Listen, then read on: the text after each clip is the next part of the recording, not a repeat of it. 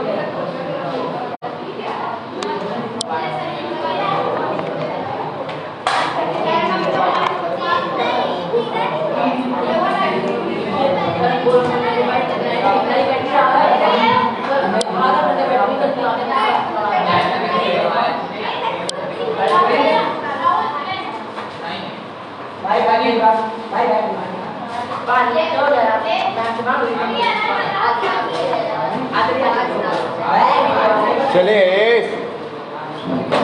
अब देखो हो जाओ शांत, ठीक है?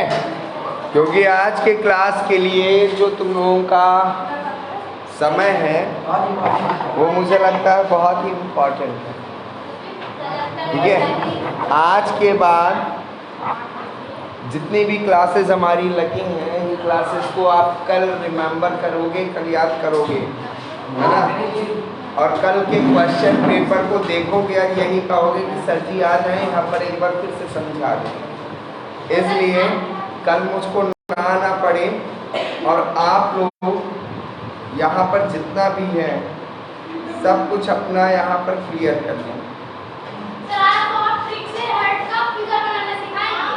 वो मैं सारे फिगर सिखा दूंगा, ठीक है? बस केवल वेट कर लो। सारे बच्चे आज हैं, अभी काफ़ी आए नहीं हैं। चलिए तो देखो शुरू करते हैं, ठीक है? शुरू कर रहे हैं। सबसे पहले इधर आज पहले डिस्कशन करेंगे कि हमारे कल कौन कौन से क्वेश्चन आने वाले हैं। पहले तो पेपर ही आउट किए दे रहे हैं, ठीक है?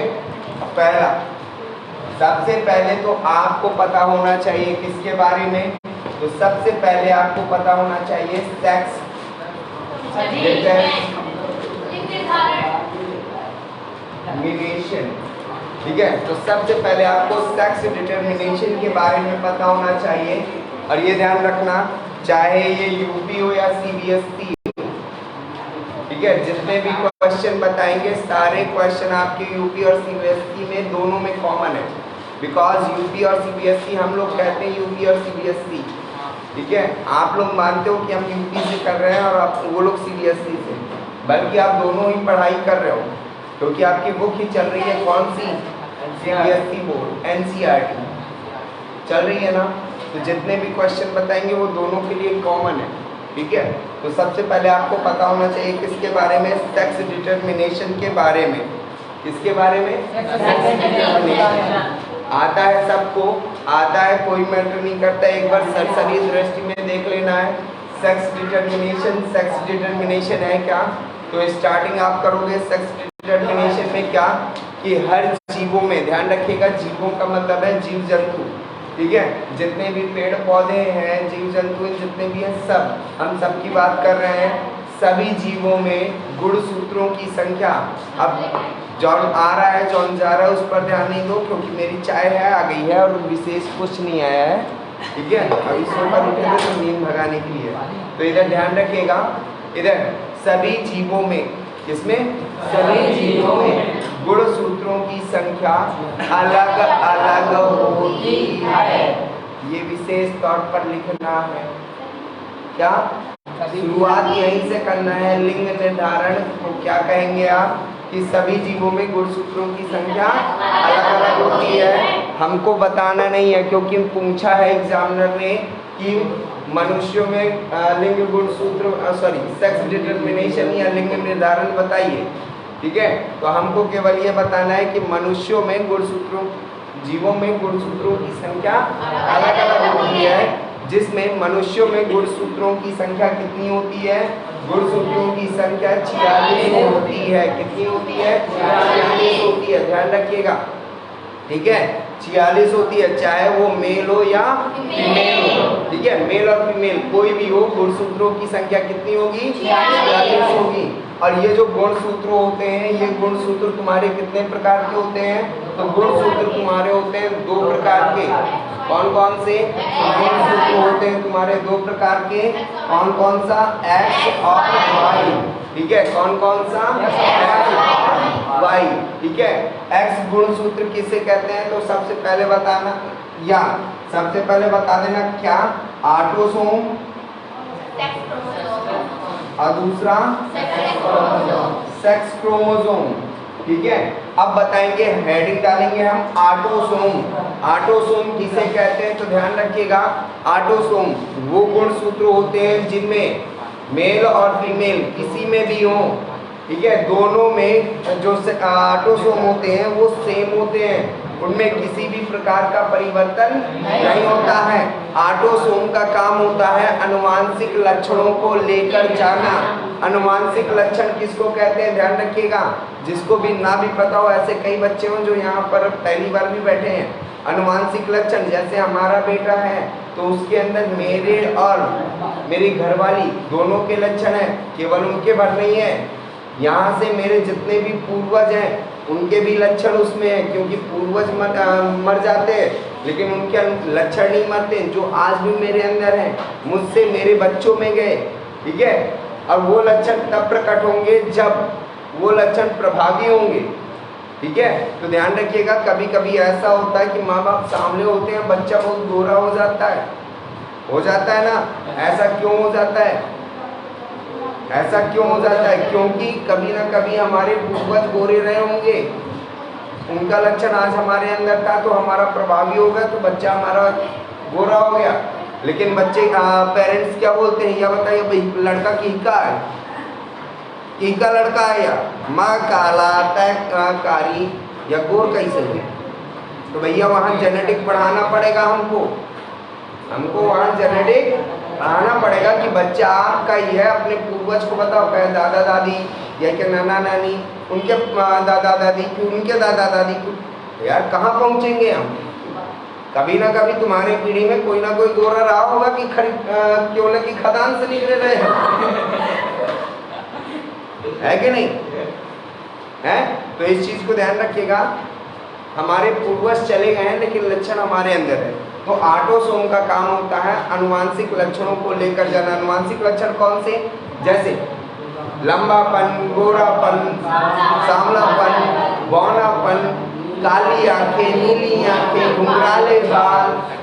ठीक है, हमारे जैसे बार्डनेस, गंजापन जिसे बोलते हैं। ठीक है, बात समझ में आ रही है? ये जितना भी है सब अनुवांशिक लक्षण है, जितना भी है सब अनुवांशिक लक्षण है। लेकिन आज की डेट में अब ये जो बार्डनेस है वो अनुवांशिक लक्षण नहीं है, क्योंकि साइंस बोल चुका है इन फ्यूचर आने वाले समय में चाहे वो लड़का हो या लड़की हो, सर और पैर की एक उंगली छोटी वाली गायब होगी।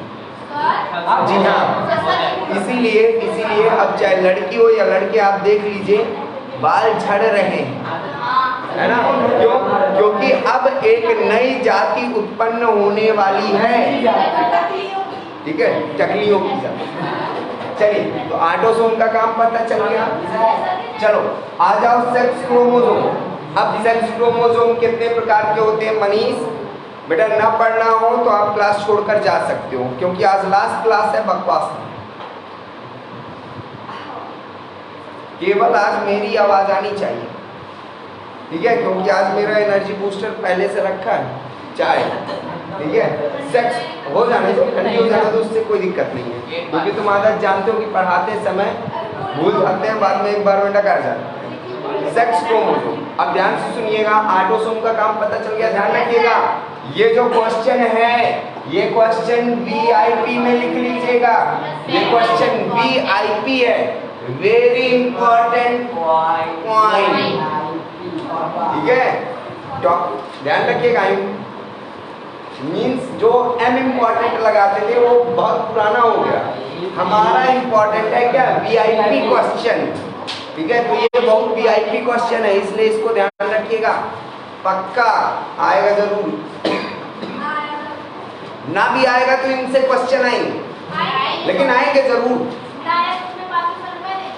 और ना आए, अगर ना आए मैं तुमसे 5 रुपया ठीक है। अब इधर देखो, इधर सेक्स क्रोमोसोम।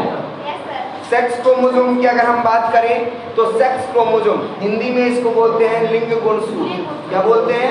लिंग गुणसूत्र। जो लिंग गुणसूत्र होते हैं वो कितने होते हैं? तो ध्यान रखिएगा, लिंग गुणसूत्र होते हैं 2। कितने होते हैं? 2। ठीक है। कौन कौन सा? तो पहला होता है वाई। कौन कौन सा?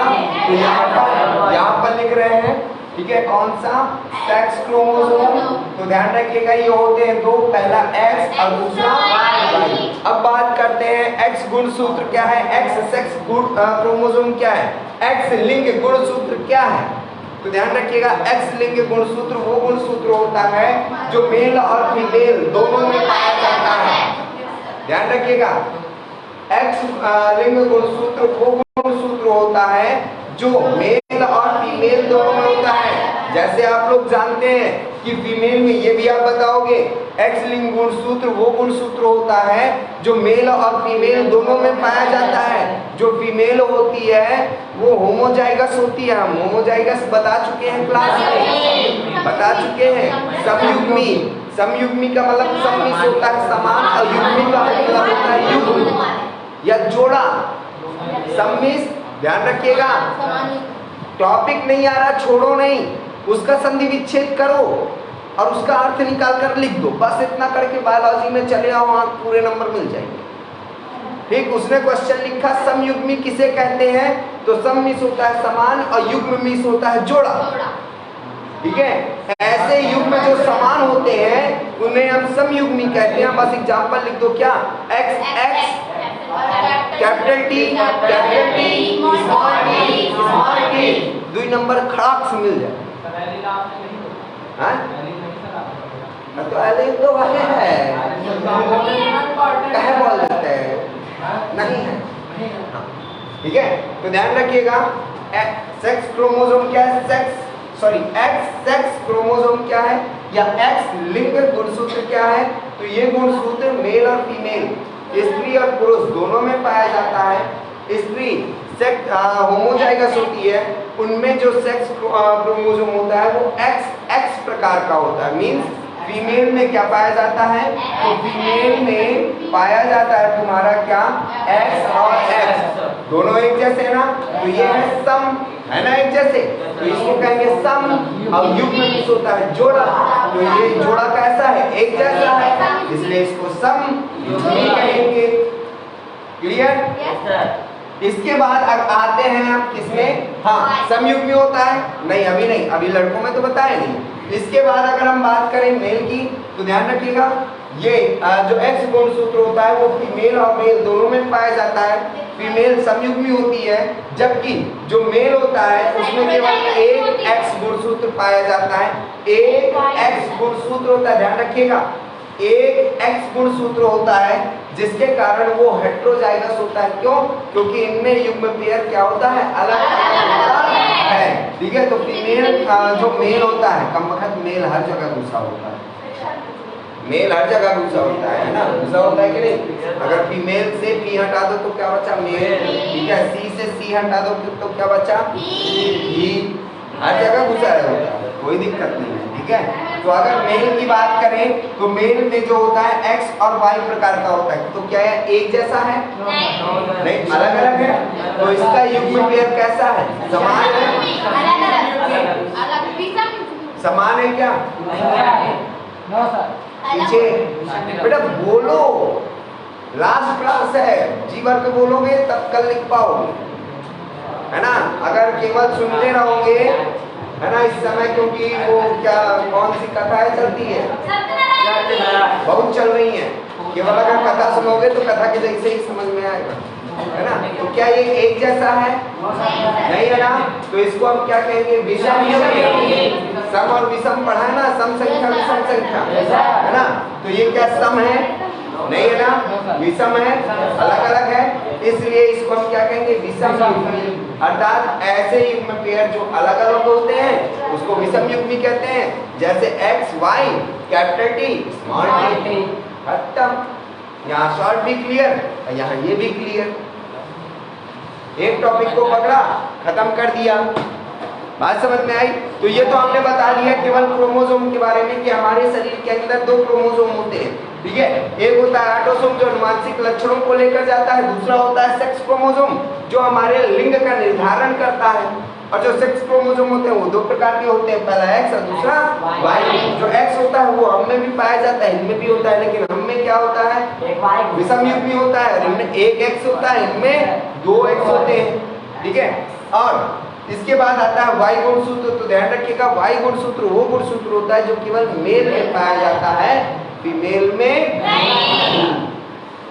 लेकिन तुम लोगों को एक चीज और बता दे, तुम लोगों ने देखा होगा कि गांव गुहार में जितनी भी औरतें होती हैं है ना, वो अपनी बहुओं को खूब अच्छी अच्छी गालियां देती हैं, कुलक्षणी, कुलटा, ठठी, बने, सत्याना, सुदैया, मर जा, है ना। और एक शब्द आगे और लगा देती हैं, एक शब्द आगे और लगा देती हैं, एक ठन आती नहीं देख पा रही है, एक लड़का नहीं देख पा रही है। होता है कि नहीं? जिसके चलते आप लोग देखते हैं कि बहुओं को जला दिया जाता है, मार दिया जाता है, या उनको उनकी हत्या कर दी जाती है। क्यों? क्योंकि उनको पता ही नहीं है जेनेटिक के बारे में कि ये जो गालियां हम दे रहे हैं, ये गालियां हमको बहुओं को नहीं, अपने ही लड़कों को देना चाहिए। क्यों? क्योंकि हम लोग करते हैं लिंग का निर्धारण, हम लोग करते हैं। क्यों? क्योंकि यही एक वाई क्रोमोसोम एक ऐसा क्रोमोसोम होता है जो लड़का और लड़की उत्पन्न करने में सक्षम है, क्योंकि हम में वाई है। और यही वो गुणसूत्र है जो लड़का बनाता है।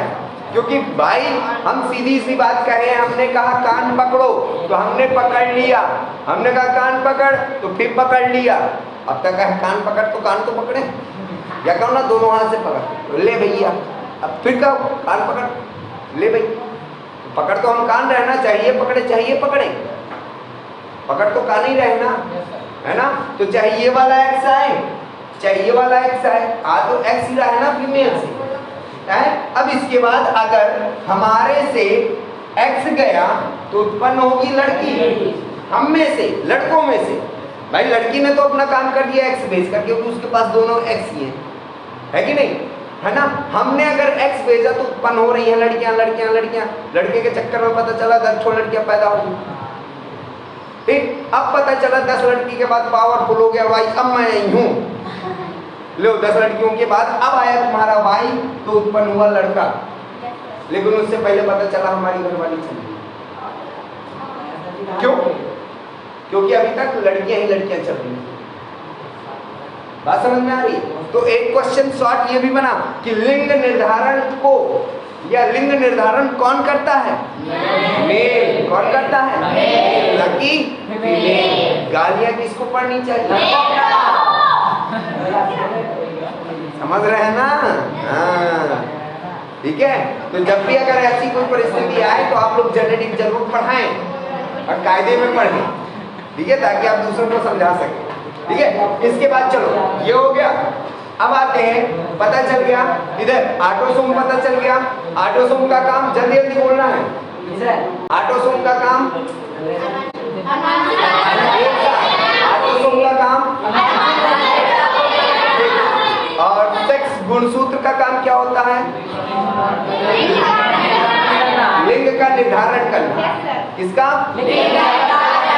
अब लिंग का मतलब ये निर्धारित करना कि आने वाली संतान लड़का है या लड़की। इस चीज को निर्धारित करने का काम सेक्स क्रोमोसोम का होता है, ना कि चलो सेक्स क्रोमोसोम कितने प्रकार के होते हैं? एक्स किस में पाया जाता है? दोनों में, ठीक है। एक्स गुणसूत्र किस में होता है? अब वाई गुणसूत्र, ठीक है। अगर कोई रोग है, अभी हम पढ़ाएंगे सेक्स लिंक्ड डिसीज, अगर एक चीज और ध्यान रखना, इधर एक चीज और ध्यान रखना, यही से शॉर्ट में बता रहे हैं, क्योंकि एग्जाम में ऑप्शनल में आ सकता है कि ऐसा कौन सा रोग है जो केवल पुत्र को पिता से प्राप्त होता है और किस क्रोमोसोम के द्वारा होता है? तो ये ध्यान रखिएगा कि अगर X में कोई डिसीज है, ध्यान रखिएगा बहुत तगड़े ऑप्शनल बनते हैं कि बच्चे सॉल्व नहीं कर पाएंगे, ठीक है, कि ऐसे कौन सा रोग है या ऐसे कौन से लक्षण हैं जो केवल पुत्र को पिता से प्राप्त होते हैं और किस क्रोमोसोम के द्वारा? तो ध्यान रखिएगा वह लक्षण जो Y को प्रभावित करेगा, वो लक्षण जो Y को प्रभावित करेगा, वही लक्षण केवल पुत्र को पिता से प्राप्त होंगे। जैसे बार्डनेस, अगर पिता गंजा था या उनके दादा भी गंजे थे तो उनके आने वाली संतान भी गंजी ही हो, मतलब बाल आगे जाकर झड़ जाएंगे। क्यों? ये जेनेटिक चल रही है। बात समझ में आई? ये किससे प्राप्त हो रहा है? हमको पिता से। लेकिन हमारे तो झड़ गए, लेकिन हमारे बहन के बाल बहुत अच्छे हैं। क्यों? क्योंकि उनको पिता का लक्षण प्राप्त नहीं है। दूसरी चीज, ये भी जरूरी नहीं है कि एक के बाल झड़ गए तो दूसरे के भी झड़ेंगे। लड़के के हो सकता है कि उसने जो बालों का लक्षण है हमने पिता का लिया है, लेकिन हमारे बड़े भाई ने जो लक्षण लिया वो मम्मी का लिया, तो उसके बाल अच्छे खासे हैं, लेकिन हमारे झड़ गए। क्यों? क्योंकि हम पिताजी के सामने खड़े हो गए कि हमें आपका लक्षण देगी भैया बाल, तो हम लेकर चले आए। बात समझ में आ रही है? तो इस चीज को ध्यान रखिएगा। ऐसे लक्षण जो पिता को केवल पुत्र को केवल पिता से प्राप्त होते हैं, वो किस गुणसूत्र के द्वारा? Y गुणसूत्र के द्वारा। किसके द्वारा? तगड़ा ऑप्शन बनाएगा इसका अगर पूछेगा, ध्यान रखना। इसलिए दिमाग से क्वेश्चन सॉल्व करना। वे लक्षण अगर पूछता है कि वे लक्षण जो केवल पुत्र को प्राप्त होता है पिता से, किस गुणसूत्र के द्वारा? बाकी बंद कर, जो लक्षण समझ में आया वो Y ही है और कोई नहीं, ठीक है। दूसरा, अगर कहता है कि ऐसा कौन सा गुणसूत्र है, ऐसा कौन सा गुणसूत्र है जो पुत्र और पुत्री दोनों को प्राप्त होता है, ऐसा कौन सा गुणसूत्र के द्वारा ऐसे लक्षण जो पुत्र और पुत्री दोनों को प्राप्त होते हैं, किसके द्वारा? किसके द्वारा? इसके द्वारा। क्यों? क्यों? क्यों? क्योंकि इधर अब हम बात करें तो हम में X कहां से आया? हम में X कहां से आया? कहां से आया? मम्मी से। कहां से आया? मम्मी से। और लड़की में X कहां से गया? पापा से। गया कि नहीं? गया कि नहीं? गया ना? तो भैया X जो लक्षण होगा, इधर X जो लक्षण होगा वो हमको प्राप्त होते हैं मम्मी से, होता है कि नहीं? और लड़की को भी प्राप्त होते हैं मम्मी से और पापा से भी, होते हैं कि नहीं? इसलिए जो X गुणसूत्र होगा वो दोनों को डिसीज देगा। क्लियर है? लेकिन Y को अगर कोई प्रभावित कर रहा है तो केवल पुत्र ही प्राप्त करेगा, पुत्री प्राप्त नहीं। क्लियर? अभी इसके बाद जो सेक्स लिंक डिसीज है वो हम बताएंगे, उसमें सारा क्लियर कर देंगे। तो इतना क्लियर हो गया? इतने में किसी को समस्या? आगे बढ़ जाए। चलो, अब आता है सेक्स डिटर्मिनेशन। इतना क्लियर हो गया। अब आते हैं इतना लिखने के बाद कि हमारे जो सेक्स क्रोमोसोम होते हैं वो दो प्रकार के होते हैं। आप हेडिंग डालोगे X सेक्स क्रोमोसोम और Y सेक्स क्रोमोसोम। हिंदी में X लिंग गुणसूत्र और Y लिंग गुणसूत्र, इनके बारे में लिखोगे और फिर लिखोगे आप क्या? सेक्स डिटर्मिनेशन कैसे होता है। ठीक है? अब यहाँ पर आप सेक्स डिटर्मिनेशन समझाओगे तो देखो समझ लो जल्दी से फटाफट। ठीक है? तो इसमें क्या किया हमने, इधर सेक्स डिटर्मिनेशन कर रहे हैं। ठीक है? तो यहाँ पर हमने ले लिया मेल ठीक है, यहाँ पर क्या ले लिया हमने, मेल ले लिया, और यहाँ पर हमने क्या ले लिया, फीमेल ले लिया। ठीक है, मेल की हिंदी पता है ना, नर, और फीमेल की हिंदी पता है या स्त्री या पुरुष। ठीक है, अगर हम बात करें इधर, अगर हम बात करें कि भैया बताओ चाय ठंडी हो रही है, गला भी थोड़ा दिक्कत देने लगा। हाँ, अगर हम ये पूछे कि बताइए कि मेल में कितने गुणसूत्र हैं, मेल में कितने गुणसूत्र हैं, 46। कितने, 46। और फीमेल में समान होते हैं, पक्का? किसी को डाउट है? मेल और फीमेल में 46 ही गुणसूत्र होंगे, पक्का ना? तो ध्यान रखिएगा, मेल और फीमेल दोनों में 46 ही गुणसूत्र होंगे। क्यों? क्योंकि हम सब मानव जाति हैं, हमारी एक जाति है मानव जाति, बाकी जो धर्म बने हैं वो तो हमारे द्वारा बनाए गए हैं। हम सोने का काम करते हैं तो हमारा नाम क्या आगे लगा दिया, क्या, प्रदीप सोनी। ठीक है, अब इसके बाद अगर लोहार का काम कर देते तो हमारे नाम के पीछे क्या लग जाता, प्रदीप लोहार। ठीक है, इसके बाद अगर हम साफ सफाई का काम करते हैं तो हमारे नाम के पीछे लगता है प्रदीप डोमार। ठीक है, इधर तो हमारा जो सरनेम है केवल वो हमारे काम के आधार पर पहले रखा गया। ठीक है, तो ये सब हमने बनाया, लेकिन हमारी सिर्फ एक जाति भगवान ने पैदा की थी, वो कौन सी है, ठीक है। तो हम मानव जाति के हैं, इसलिए हम केवल एक ही गुणसूत्र पढ़ाएंगे, वो है 46। बाकी जो जाति बनाई गई है उनके गुणसूत्र हम नहीं बताएंगे। ठीक है, पता भी है तब भी नहीं बताएंगे कि 46 है, हमको पता भी है तब भी नहीं बताएंगे कि 46 गुणसूत्र होते हैं। ठीक है, अब इधर देखो, मेल में कितने गुणसूत्र, 46। ठीक है, अब ध्यान से देखिएगा, लेकिन जिस तरह लिखना है एग्जाम में वो हम बता देंगे इसी में, लेकिन अभी समझाने के लिए बता रहे हैं। 46 गुणसूत्र होते हैं। ठीक है, अब जब हमारे बॉडी के अंदर मेल है ना, शुक्राणु का निर्माण होता है। क्या होता है, शुक्राणु का निर्माण, जिस प्रक्रिया को हम क्या कहते हैं, स्पर्मेटोजेनेसिस।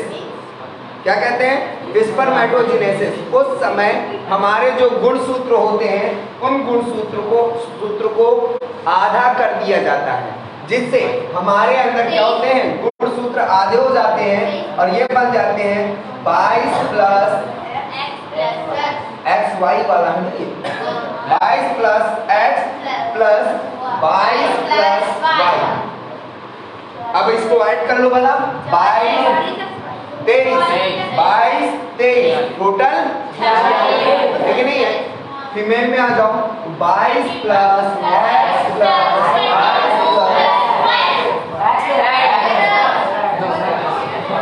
अरे गलती से हो गया था।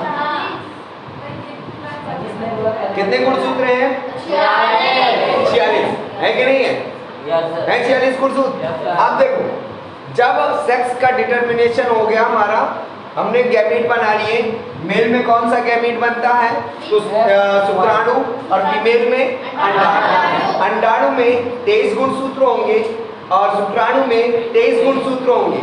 ठीक है, तो ध्यान रखिएगा, ये ऐसा होता है शुक्राणु और ये होता है अंडाणु। जो शुक्राणु होता है वो चल होता है, जो अंडाणु होता है वो अचल होता है। ठीक है, अचल का मतलब है, छोटे बच्चों को देखा है ना, रूठ जाए तो पलथी मार के बैठ जाते, खड़ा हो नहीं होते हो, खड़ा हो नहीं होते हो, फिर वही तुम टांग लिया तो पलथी को है बांधे नहीं, लेकिन खोलिए ना, है ना। इसी तरह से तुम्हारा ये भी है, यह होगा चलियो ना, पड़ा हो यही तो पड़ा रही हो, अर्थात इसमें लोकोमोशन के लिए, चलने के लिए कोई अंग नहीं होता। लेकिन शुक्राणु में एक पूंछ लगी होती है जो घुमा घुमा के ये क्या करता है, आगे भागता है, कितना नजा मजाक हो। बात समझ में आ रही है, तो ध्यान रखिएगा, ये मोटाइल है, ये चल है, ये गति कर सकता है लेकिन वो गति नहीं कर सकता। ठीक है, तो इसमें गुणसूत्र, ये मेल का है, ध्यान रखिएगा, ये युग्मक किसका है, मेल का। इसमें गुणसूत्र कितने, और इसमें गुणसूत्र, जब इन दोनों को मिला दिया तो हमारा इसमें सिंगल एंड ध्यान रखिएगा, ये भी समझ ले जाओ, इसमें सिंगल एन, इसमें सिंगल एन, तो जब ये दोनों मिल गए तो एन एन क्या बना लेंगे, और 2n का मतलब जाइगोट। वेरी गुड, शाबाश। ठीक है, तो 23 23 कितने हो जाएंगे, 46। और ये हमारी बन गई 46 गुणसूत्र की एक सेल। और ये जो सेल होती है, ध्यान रखिएगा, एक क्वेश्चन फिर बना, खतरनाक क्वेश्चन, ठीक है, जो हर एक कंपटीशन एग्जाम में तक पूछा जाता है कि बहुकोशिकीय जंतुओं में ऐसी कौन सी अवस्था होती है, पता है? नहीं, अरे तुम लोगों से नहीं, इन लोगों से पूछ रहे हैं जो देख रहे हैं, 6-7 लोग जो देख रहे हैं, इन लोगों से। बहुकोशिकीय जंतुओं में ऐसी कौन सी अवस्था है जिसमें हम लोग एक कोशिकीय होते हैं? हम बहुकोशिकीय जंतु में हम लोग क्या हैं, बहुकोशिकीय हैं, लेकिन हमारी एक ऐसी अवस्था होती है जिसमें हम लोग एक कोशिकीय होते हैं। केवल हमारे में एक ही कोशिका होगी उस समय, केवल एक कोशिका। बहुत खतरनाक क्वेश्चन है जो हर कंपटीशन में IAS, PCS, NEET जितना है सब में पूछा जाता है। बताइए बताइए बताइए, जल्दी बताइए, पता है आप लोग? हमने क्लास में भी बताया कई बार, दिमाग लगाओ। नहीं पता? क्या बात है।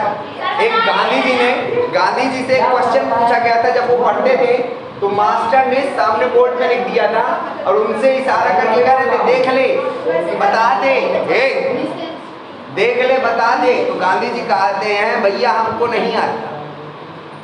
ठीक है, तो वही चीज तुम लोगों के अंदर अभी मैं कहता जा रहा हूँ, है ना, कैसी कौन सी अवस्था है जिसमें हम सिंगल कोशिकीय होते हैं? तो अभी लिखा भी है सामने, जाइगोट। जाइगोट जब बनता है तो वो एक कोशिका होती है, और बताया था हमने क्लास में, जाइगोट एक कोशिकीय होती है, और हम लोग जाइगोटिक स्टेज में केवल हमारी बॉडी में एक सेल होती है।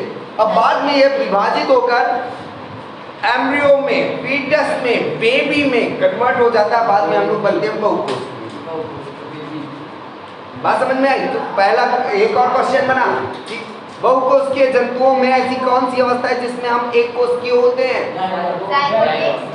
युग्मक अवस्था या जाइगोटिक स्टेज, वही है हिंदी इंग्लिश, जाइगोटिक और युग्मक। क्लियर?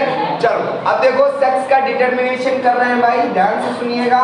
तो हमारा क्या हुआ, इधर हमारा ये जो युग्मक है, ये जो शुक्राणु है, ठीक है, ये शुक्राणु जाता है फीमेल के इस अंडाणु से, क्या कर देता है, मिल जाता है।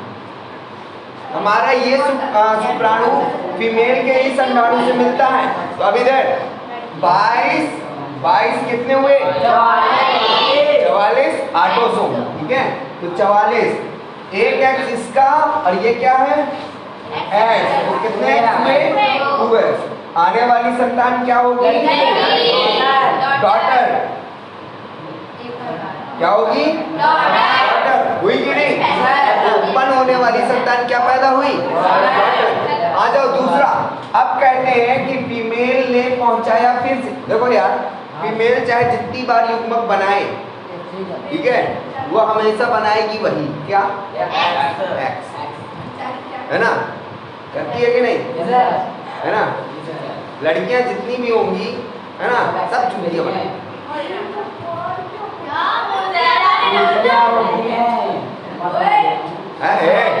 नहीं, लड़के भी कभी कभी बना देते हैं, तभी लड़का बिटिया पर नजर आ जाता है ना। हम दोनों की तरफ है, टेंशन नहीं लो। हम अगर इधर भी ट्वेंट कसेंगे तो इधर भी कसेंगे, टेंशन नहीं लो, हम दोनों की तरफ है, ठीक है, क्योंकि हम इधर भी तुम लोगों को चाहते हैं, तुम लोगों को भी चाहते हैं, ठीक है, इसलिए टेंशन मत लो, तुम लोगों की भी साथ है, ठीक है। तो अब इधर ध्यान से सुनिएगा। अब देखो, अब फीमेल ने फिर से एक्स पहुंचाया, अब हमने दूसरा एक्स लिया, वही एक्स नहीं, ठीक है, यहाँ से हमने क्या पहुंचाया, दूसरा क्रोमोसोम पहुंचाया, वाई का 44 प्लस वाई, क्या पैदा हुआ, लड़का। अच्छा, सर पैदा हो गए। हाँ, हम भी तो लड़के ही हैं, भूल गए, नहीं हम भी भूल गए थे कि हम खुद लड़के, ठीक है। तो क्या पैदा हुआ, यहाँ से सेक्स डिटरमिनेशन खत्म, यहाँ से सेक्स डिटरमिनेशन। और ध्यान रखिएगा इधर फिर वही चीज, समय कम, इसलिए केवल मेरी आवाज शॉर्ट में इसीलिए बता रहे हैं। आपने हेडिंग डाल दी कि लिंग निर्धारण को निम्न प्रकार से समझा जा सकता है। आपने फिगर बना दिया इस तरह से, ठीक है। अब फिगर बनाने के बाद आपने क्या किया, इसी चीज को जो आपने किया है, जो आपने फिगर में किया है, यही चीज लिखते चले जाना कि जब मेल से आने वाला पहला युग्मक कैसा होता है, X प्रकार का होता है, और वह फीमेल के X प्रकार के युग्मक के साथ मिलता है तो उत्पन्न होने वाली संतान लड़की होती है। और जब पैराग्राफ चेंज, और जब मेल का Y प्रकार का युग्मक फीमेल के X प्रकार के युग्मक के साथ मिलता है तो उत्पन्न होने वाली संतान लड़की होती है। बात समझ में आ गई? जो तुम लोगों ने किया है फिगर में, आपको वही लिखते चले जाना है और कुछ नहीं करना है। क्लियर? ठीक है। अब आते हैं हम इसमें एक और क्वेश्चन जोड़ देता, अगर 7 नंबर में पूछा गया, ध्यान रखिएगा 3 से 4 नंबर में ये पूछा जाएगा। अगर 7 नंबर में इसने पूछा एग्जाम में, तो इसके साथ एक क्वेश्चन और जोड़ेगा, क्या? लिंग संलग्न रोग क्या है? अब देखो, पीना नहीं, लिंग संलग्न रोग। अब देखो क्या कह रहा है, लिंग संलग्न रोग। लिंग का मतलब स्त्रीलिंग और पुल्लिंग, ठीक है। मीन्स अब बात कर रहा है किसके बारे में, एक्स वाई के बारे में। हमने अभी बताया था ना, सेक्स क्रोमोसोम कितने होते हैं? 2। कौन कौन सा? एक्स और वाई। मरमरी साउंड किसकी है? मनीष, वो मनीष कर रहा है। राहुल, कॉपी में अगर पढ़ना है तो कॉपी उठाओ, बाहर जाओ, चाहे जिसमें पढ़ रहा हूँ, मैं डिस्टर्ब हो रहा हूँ, ठीक है। अब इसमें अगर हम बात करें, इधर ध्यान से सुनिएगा, फिर से हम वही शब्द उठा रहे हैं, ठीक है। लिंग संलग्न रोग, लिंग का मतलब होता है क्या? स्त्री और पुल्लिंग, ठीक है। लिंग कितने हुए? 2। और लिंग में कितने गुणसूत्र होते हैं? 2। एक्स और वाई होता है। लिंग संलग्न, संलग्न का मतलब होता है जुड़कर जाना। संलग्न का मतलब क्या होता है? जुड़कर जाना, ठीक है। तो लिंग संलग्न और क्या जाना? रोग। ऐसे रोग जो सेक्स क्रोमोसोम के द्वारा या लिंग गुणसूत्र के द्वारा एक पीढ़ी से अगली पीढ़ी में स्थानांतरित होते हैं, उनको लिंग संलग्न रोग कहते हैं, ठीक है। ऐसे रोग जो लिंग गुणसूत्र के द्वारा एक पीढ़ी से, ऑटोसोम के द्वारा नहीं, ये ध्यान रखना, क्योंकि सेक्स लिंक डिसीज हम पढ़ रहे हैं, इसलिए ऑटोसोम के द्वारा धोखे से मत लिखना। तो ऐसे रोग जो किसके द्वारा? लिंग गुणसूत्र के द्वारा एक पीढ़ी से अगली पीढ़ी में स्थानांतरित होते हैं, उनको लिंग संलग्न रोग कहते हैं। क्लियर हुआ? और ये जो रोग होते हैं, ये रोग केवल किसको प्रभावित करते हैं? तो ध्यान रखिएगा, ये रोग केवल एक्स को प्रभावित करते हैं, वाई को प्रभावित नहीं करते। बात समझ में आ गई? ध्यान रखिएगा। लिंग संलग्न रोग क्या है?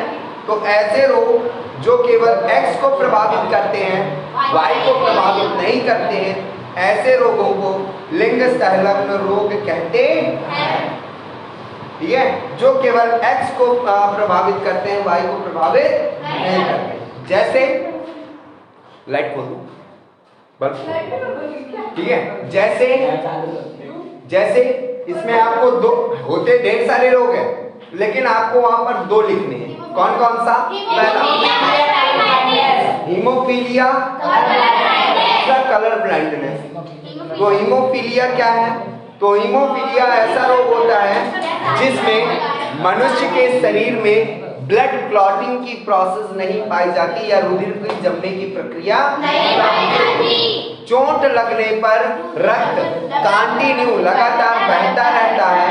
अगर ठीक समय पर इलाज ना करवाया जाए तो उसकी मृत्यु भी हो सकती है। और सबसे पहले इस रोग को रानी विक्टोरिया, जो इंग्लैंड की महारानी थी, उनकी फैमिली में देखा गया था, जिसके कारण इनको रॉयल डिसीज के नाम से या शाही जानते हैं। क्लियर? दूसरा, अब जिसको पता है वो बोला मत करो बेटा, जिनको नहीं पता वो भी तो सुन ले, ठीक है? इसके बाद अब दूसरा आता है कलर ब्लाइंडनेस। क्या? Colour blindness. और जो आपका कलर ब्लाइंडनेस है, कलर, हेलो हेलो, हाँ ठीक है, मैं बाद में बात करूँगा, मैं अभी पढ़ा रहा हूँ। भैया क्या चाहते हो?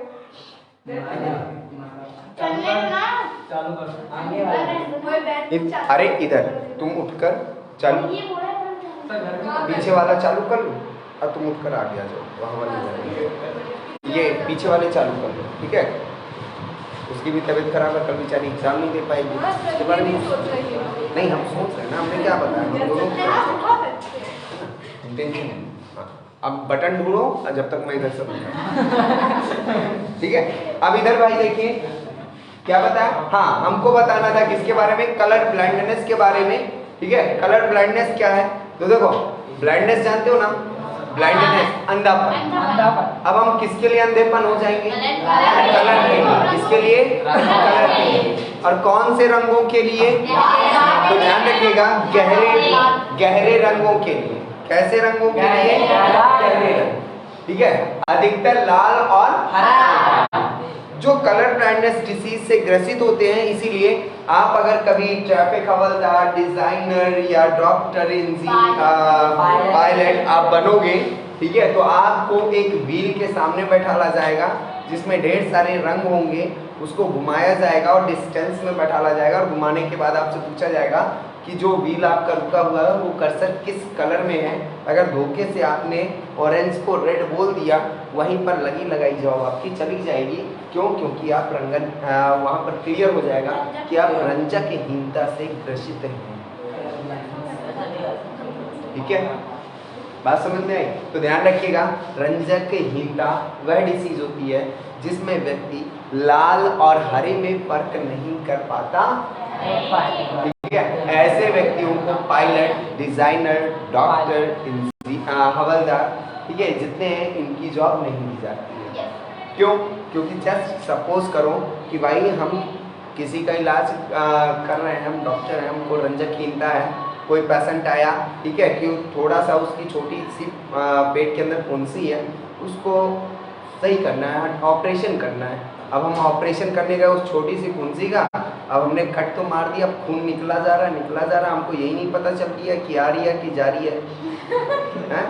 अब बाद में पता चला खून इतना बह गया कि खून की कमी के कारण लड़का मर गया।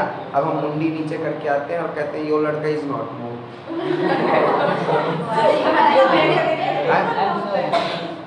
बात समझ में आ रही है भाई? तो सामने वाला भाई क्या कहेगा, कम वक्त कितनी सी गुड़िया का ऑपरेशन करना था, अब वो लड़का मर गया, या कैसे खून बही जा रहा था, हमको पता ही नहीं चला।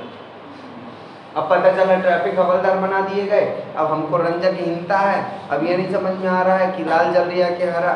अब सामने वालों को तो दिख रहा है ना कि लाल है कि हरा। अब लाल जो लाइट जल रही है तो उनको तो बहुत जल्दी है भगने की है। अब यहाँ से हम खड़े हैं तो हमको समझ में नहीं आया कि लाल जल रही है उधर वालों के लिए, तो इधर से हम हाथ दे रहे हैं, आ जाओ, तो उधर वाले तो भगते चले आएंगे, और इधर वाले देखेंगे कि उधर के लिए लाल लाइट है, तो यहाँ से वो भागेंगे, अब बीच में भिड़ जाएंगे तो आधे मर जाएंगे, है कि नहीं?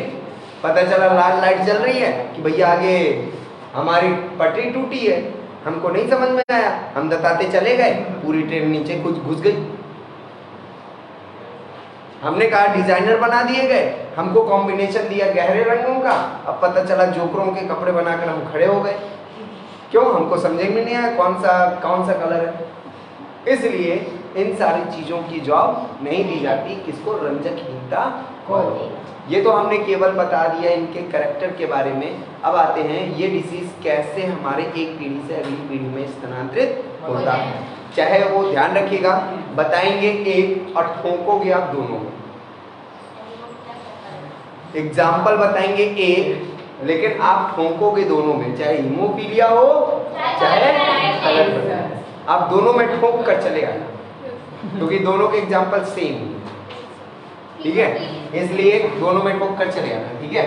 तो देखो अब इसमें क्या कह रहा है, कलर ब्लाइंडनेस सबसे पहले बता देते हैं हीमोफीलिया में, ठीक है। तो हीमोफीलिया में कहता है कि सबसे पहला क्वेश्चन कि एक ऐसा व्यक्ति जो कैसा है, सामान्य है, कैसा है, सामान्य है, कौन, मेल, ठीक है। मेल क्या है आपका, जो नर है, सामान्य नर, वाहक, कौन, वाहक स्त्री, ठीक है। कि अगर हम क्या कर दें, विवाह कर दें, ठीक है, शादी कर दें, तो उत्पन्न होने वाली संतानें कैसी होंगी, अर्थात हीमोफीलिया से ग्रसित, हीमोफीलिया रोग में सामान्य नर व वाहक स्त्री की अगर शादी करवा दे तो उत्पन्न होने वाली संतानें कैसी होंगी। तो चलो देख लेते हैं। तो हमारा सबसे पहला आपको एक कॉम्बिनेशन बता दें तो ध्यान रखिएगा, x x x x x x y, अरे यार x x x x x y x y, केवल इतने में बताना है, ठीक है। इसमें ध्यान रखिएगा, अगर हमने कहा कि स्त्री कैसी है, स्त्री अगर तुम्हारी कैसी है, सामान्य है, तो ये तुम्हारा सामान्य का हो गया।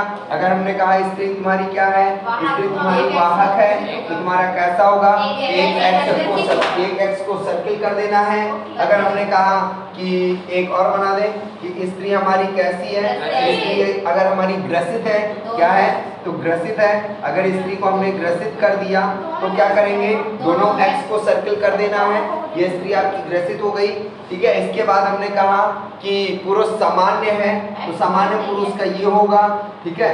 और इसके बाद हमारे में वाहक का हक नहीं होता, क्योंकि हमारे में केवल एक एक्स होता है, और कम वक्त यही अगर ग्रसित हो गया तो हम सीधे ग्रसित होते हैं, ठीक है। तो पुरुष जो होगा वो या तो सामान्य हो सकता है या तो फिर क्या हो सकता है, वो सीधे ग्रसित हो सकता है, और कोई चांस नहीं है, ठीक है। ये स्त्रियों के इतने 3 चांस हो सकते हैं, पहला सामान्य, वाहक, ग्रसित, ठीक है।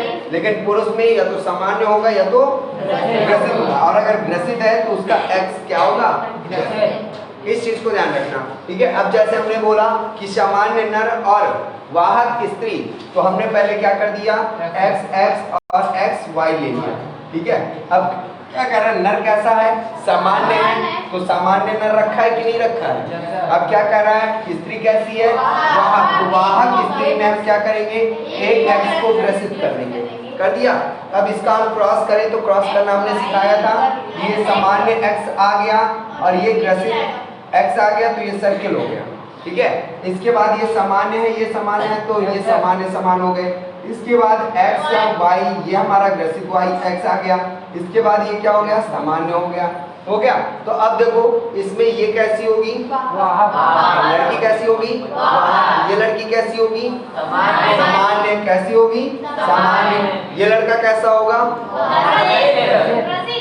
ग्रसित, और ये लड़का कैसा होगा, सामान्य, ठीक है। अब हम बात करते हैं कि भैया फिनोटाइप और जीनोटाइप, लक्षण प्रारूप और जीन प्रारूप, ये भी शॉर्ट क्वेश्चन है, ध्यान रखिएगा। लक्षण प्रारूप किसको कहते हैं, तो ऐसे लक्षण जो स्पष्ट रूप से दिखाई देते हैं उनको हम क्या कहते हैं, उनको हम क्या कहते हैं, लक्षण प्रारूप। गोरापन, लंबापन, लंगड़ापन, सांवलापन, नीली आंखें, भूरी आंखें हम देख पा रहे हैं ना, है ना, तो ये लक्षण प्रारूप है। जीन प्रारूप ऐसे लक्षण जो हमारे अंदर पाए जाते हैं, केवल हमसे हमारे अगली पीढ़ी में स्थानांतरित होते हैं, उनको जीन प्रारूप कहेंगे, ठीक है। तो अब इसके बाद इसमें देख लेते हैं लक्षण प्रारूप और जीन प्रारूप। तो पहला आ रहा है तुम्हारा कौन सा, लक्षण प्रारूप। तो लक्षण प्रारूप में अब ध्यान रखिएगा, अगर वाहक लड़की है, ध्यान से सुनिएगा, यहाँ थोड़ा सा कंफ्यूज हो जाते हैं आप लोग। अगर वाहक लड़की है तो ये वाहक है ना, वाहक का मतलब क्या होता है, लेकर जाना। वाहक में क्या होता है, लेकर जाना। अब ये बताओ, गेहूं की बोरी आप पीठ में टांग कर लेकर जाते हो तो गेहूं से आप प्रभावित हो क्या, नहीं हो ना, आप तो लेकर जा रहे हो ना, प्रभावित तो नहीं हो गेहूं से, हैं। अगर तसले में कीचड़ भरा है तुम लोगों ने और तसले को सर में रख के लिए जा रहे हो, तो तसले से कीचड़ से ग्रसित हो गए हो क्या, लेकर जा रहे हो ना, है ना। अभी आगे जाकर फेंक दूंगी, है ना। तो ये यहाँ पर भी अगर ये ग्रसित है तो ये क्या है, सामान्य दिखाई देगी, लेकिन रोग को क्या करेगी, अगली पीढ़ी में लेकर जाएगी। ये रोग से ग्रसित नहीं है, वाहक है, ये रोग से ग्रसित नहीं है, देखने में सामान्य नजर आएगी। ठीक है, तो ये लड़की कैसी नजर आ रही है? सामान्य। लक्षण प्रारूप में पूछ रहे हैं। अभी हम तुमको देख रहे हैं, तुम सब अभी सामान्य हो, लेकिन तुम्हारे अंदर कौन सा रोग है हमको नहीं पता। ये तो अगली जनरेशन में पता चलेगा जब पैदा होंगे, है ना, अभी नहीं। तो इधर ये लड़की कैसी है? सामान्य। ये लड़की कैसी है? ये लड़का कैसा है? ये लड़का कैसा है? सामान्य कितने पैदा हुए? 3। और ग्रसित कितना पैदा हुआ? 1। कितने लक्षण आ गए? 1। अब आता है जीन प्रारूप। ठीक है, कौन सा? जीन प्रारूप। तो ये लड़की कैसी है? वाहक। वाहक यहाँ पर कितने हैं? 1। सामान्य कितने हैं? 2। और ग्रसित 1। रेशियो कितना बना? समझ में आ गई? अब इसी तरह से अगला कर दें कि आपका क्या हो जाए? सामान्य नर व ग्रसित। अब क्या कर दें हम? ग्रसित कर दें। ग्रसित स्त्री, तो जब स्त्री ग्रसित हो जाएगी तो हमारे दोनों एक्स क्या हो जाएंगे? ग्रसित हो जाएंगे। ठीक है, तो यहाँ पर अब देखो दोनों एक्स ग्रसित है ना, दोनों एक्स। तो भैया लड़का का एक्स कैसा है? सामान्य। और लड़की का एक्स कैसा है? यही का मतलब का कि मम्मी से एक्स तो हम में आना है ना, तो जितने लड़का हुई है सब सत्यानाशी हैं। क्यों? क्योंकि मम्मी के दोनों एक्स ग्रसित हैं। हमारे पास एक एक्स आया तो हम ग्रसित हो जाएंगे कि नहीं हो जाएंगे? लेकिन हमसे जो जा रहा है सामान्य लड़कियों में सामान्य एक्स जा रहा है, तो जितनी लड़कियां होंगी वो कैसी होंगी? वाहक होंगी। लेकिन लड़के कैसे हो जाएंगे?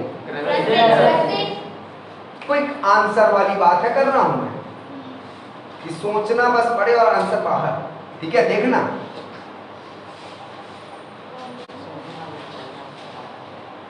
सामान्य एक्स ग्रसित एक्स, सामान्य एक्स ग्रसित एक्स, ग्रसित एक्स वाई, ग्रसित एक्स वाई। अब देख लड़के जितने हैं सब सत्यानाशी, सब ग्रसित है कि नहीं है? लेकिन लड़कियां जितनी पैदा हुई सब वाहक है कि नहीं है? चलो ये भी समझ में आ गया। अगला क्वेश्चन कह रहा है कि जब क्या हो सामान्य से आप इसको हटा दो ग्रसित। इसका इसका अगर हम फिनोटाइप की बात करें तो फिनोटाइप होगा 2:2, जीनोटाइप होगा तुम्हारा 2:2। ठीक है, अब इधर ग्रसित नर और सामान्य स्त्री की अगर हम बात करें, ठीक है, किसकी? सामान्य स्त्री। इसी तरह से करते चले जाओ, कोई दिक्कत नहीं है। सामान्य स्त्री में अब ये हमारा हट जाएगा। ठीक है, अब हट गया इधर ग्रसित एक्स। अब इधर सुनो, इधर अब हमसे एक्स किस में जा रहा है? लड़कियों में जा रहा है ना। अगर लड़की पैदा हुई तो वो एक्स किससे गया? हमसे गया ना, गया। तो हमारा एक्स कैसा है? ग्रसित है। हमारा एक्स कैसा है? लड़की का एक्स कैसा है? सामान्य। तो लड़कियां कैसी पैदा होंगी? जितनी होंगी सारी वाहक पैदा होंगी। और लड़के कैसे पैदा होंगे? सामान्य। क्यों? क्योंकि मम्मी के तो दोनों एक्स सामान्य है ना। तो जब मम्मी के दोनों एक्स समान है तो लड़के कैसे होंगे? सामान्य। और लड़कियां कैसी होंगी? वाहक, क्योंकि एक एक्स जा रहा है ना हमसे। ठीक है, तो ये भी समझ में आ गया। ठीक, इसके बाद अब आता है सत्यानाशी क्वेश्चन। कौन सा? सत्यानाशी। सत्यानाशी का मतलब अब सामान्य से हटा दो तो इसको भी हम करते हैं ग्रसित। ठीक है, अब सबके सब ग्रसित। ठीक है, लड़की भी ग्रसित, लड़का भी ग्रसित। ठीक है, एक्स एक्स एक्स वाई। अब दोनों के दोनों ग्रसित हैं, तो देख लो जितने एक्स है सारे के सारे एक्स क्या हैं? ग्रसित है कि नहीं है? अब सारे के सारे जब एक्स ही ग्रसित हैं तो उत्पन्न होने वाली जितनी संतानें होंगी सब क्या होंगी? सत्यानाशी होंगी, सब ग्रसित होंगे रोग से, होंगे कि नहीं? तो इस तरह से लिंग निर्धारण होता, सॉरी लिंग सहलग्न रोग एक पीढ़ी से अगली पीढ़ी में स्थानांतरित। और यही आपको एग्जाम्पल में लिखकर चले आना है दोनों। क्लियर? यहां से ये 7 नंबर का क्वेश्चन फिनिश। अब आ जाओ पाचन तंत्र में, जो बहुत ही महत्वपूर्ण क्वेश्चन है। किसमें? पाचन तंत्र में। ठीक है। पाचन तंत्र अगर आता है सबसे पहला देगा कि पोषण किसे कहते हैं, ठीक है। पोषण किसे कहते हैं, मनुष्य में पोषण कितने चरणों में कंप्लीट होता है, मनुष्य के पाचन तंत्र का सचित्र वर्णन कीजिए। तो अगर पोषण कहा पीली नहीं हो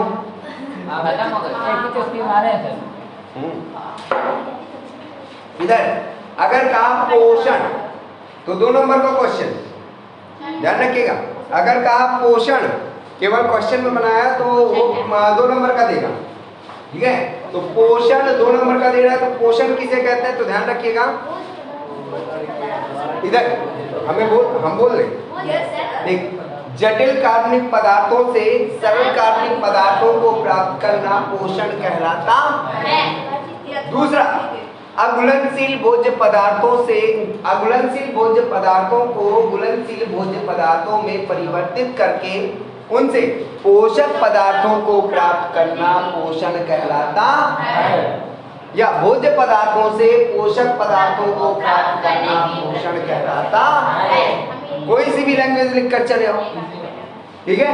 भोज्य पदार्थों से, ये सरल लैंग्वेज है, भोज्य पदार्थों से पोषक पदार्थों को प्राप्त करना पोषण कहलाता है। तो जो भी भोज्य पदार्थ हैं उन भोज्य पदार्थों से पोषक पदार्थों को प्राप्त करना, ध्यान रखिएगा। जो लैंग्वेज आपको इस समय याद रहे वही याद करना है, रटने की जरूरत नहीं है। तो भोज्य पदार्थों से, भोज्य पदार्थ क्या है, भोज्य पदार्थ क्या है, वे पदार्थ जो हमको हमारे भोजन से प्राप्त होते हैं। भोज्य पदार्थ कितने प्रकार के होते हैं, क्वेश्चन आ जाता है कि भोज्य पदार्थ कितने प्रकार के होते हैं, तो ध्यान रखिएगा 5 प्रकार के। कितने प्रकार के, 5 प्रकार के। Protein, carbohydrate, fat, vitamin, minerals, ठीक है। ये 5 प्रकार के पोषक पदार्थ होते हैं। इन पोषक पदार्थों को ही प्राप्त करना क्या कहलाता है, पोषण कहलाता है। क्लियर हो गया। ये जो पोषण होता है वो कितने चरणों में होता है, 5 चरणों में। पहला अंतःग्रहण, ठीक है। हमने रोटी तोड़ने के बाद मुंह में डाला कि अंतःग्रहण हो गया, ठीक है। नहीं, हमने भोजन को लिया, तोड़ा और मुंह में डाला, अंतःग्रहण हो गया। इसके बाद आता है पाचन, हमने भोजन को क्या किया, पचाया, डाइजेस्ट किया, ठीक है, तो उसको कहते हैं पाचन, दूसरा चरण। तीसरा अवशोषण, उन पचित भोज्य पदार्थों से हमने पोषक पदार्थों को लिया, protein, carbohydrate, fat, vitamin, mineral, ये पोषक पदार्थों को हमने ले लिया, तो इसको हम कहेंगे अवशोषण। अवशोषित कर लिया ना भोज्य पदार्थों से, तो इसको कहेंगे अवशोषण। अब आता है स्वांगीकरण। स्वांगीकरण का मतलब होता है कि ये जो पोषक पदार्थ हैं, ध्यान से सुनिएगा, ये जो पोषक पदार्थ हैं, इन पोषक पदार्थों को रुधिर में मिलाना। क्यों? क्योंकि जब तक ये रुधिर में नहीं मिलेंगे तब तक ये हमारे शरीर के विभिन्न भागों में पहुंचेंगे भी नहीं। इसलिए उन पोषक पदार्थों को रुधिर में मिलाना क्या कहलाता है, स्वांगीकरण कहलाता है। इसके बाद स्वांगीकरण हो गया, बचा तुम्हारा अपशिष्ट पदार्थ, ठीक है। तो अब आता है बहिक्षेपण। बहिक्षेपण का मतलब होता है बहिक्षेपण, बाहर कर दो इसको, जिसको शरीर में जरूरत नहीं है। अर्थात पाचन के बाद बचा हुआ अपशिष्ट पदार्थ, जी का तुम सुबह शाम बाहर निकाल देती हो, ठीक है, बचा हुआ अपशिष्ट पदार्थ को समय समय पर शरीर से बाहर करना बहिक्षेपण कहलाता है। तो हमारा पाचन कितने चरणों में पूरा हुआ, ठीक है। अब कह रहा है मनुष्य के पाचन तंत्र का सचित्र वर्णन कीजिए। देखो क्वेश्चन बढ़ा दिया उसने, क्यों? अरे मैं थोड़ी नहीं बनवा रहा, मेरे ससुर साहब थोड़ी नहीं है कि मैं कह दूं अरे सर वो बच्चों से फिगर नहीं बनता है, आप फिगर ना दें। नहीं होते तो हम पूरा पेपर छोड़ देते हैं, चलो बेटा है ना। कितनी बार कहा है कि नकल में ज्यादा दिमाग मत लगाओ, अपनी मेहनत पर ध्यान रखो, हाँ तो मेहनत करो, नकल नहीं। तुम जानते हो कि अगर मुझे पेपर भी पता होगा तो मैं तुम लोगों को बताता भी नहीं। अगर टेस्ट पेपर भी बनाता हूँ या स्कूल के पेपर भी होते थे तो मैं तुम लोगों को एक क्वेश्चन नहीं बताता था, चाहे वो मैं खुद पढ़ा रहा हूँ तुम्हें होम ट्यूशन, लेकिन एक क्वेश्चन नहीं बता सकते। क्यों? मेहनत करो, मेहनत का फल हमेशा मीठा होता है। है ना? ठीक है, अब चलो आते हैं मनुष्य में मनुष्य के पाचन तंत्र का सचित्र वर्णन। तो देखो पाचन तंत्र को बनाना ज्यादा टफ नहीं है। क्या करना है, देखना इधर, देखना कितनी, एक बार पेन रखूंगा पूरा पाचन तंत्र बनेगा। ठीक है, इधर देखो पहले एक सीधी डंडी खींच दो, देखो कैसे बनाना है। एक सीधी डंडी खींचो, ठीक है, इसको ऐसे घुमा दो, एल बना दो, फिर उल्टी डंडी खींचो, फिर एल बना दो। ठीक है, इसमें थोड़ा सा गुलाई दो, ठीक है, और इसी को नीचे उतार दो, दोनों को उतार दिए। ये घर में जो शटर पाई जाती है वो शटर लगा दो इसमें, ठीक है, थोड़ी दूर तक, ज्यादा नहीं, थोड़ी दूर तक शटर लगा दिया। अब शटर कहाँ जुड़ी रहती है, टंकी में जुड़ी रहती है, तो टंकी बनाओ आप, क्योंकि पानी भरेगा।